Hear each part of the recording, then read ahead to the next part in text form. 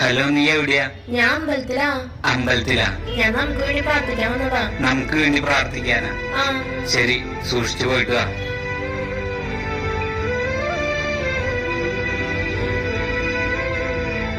ഞാനിപ്പോ അവന്റെ പൈസ ഉണ്ടോ ചോദിക്കാം, അവെന്താ പറയുന്നത് നോക്കിക്കോ. ദാനജ, ചായയുടെ പൈസ കൊടുക്കോ, എന്റെ ഗൂഗിൾ പേ വർക്കാവുന്നില്ല. എന്റെ ഒരു 5ന്റെ പൈസ ഇല്ല. അത് കുഴപ്പമില്ല. എന്താ മോനെ ഇവിടെ?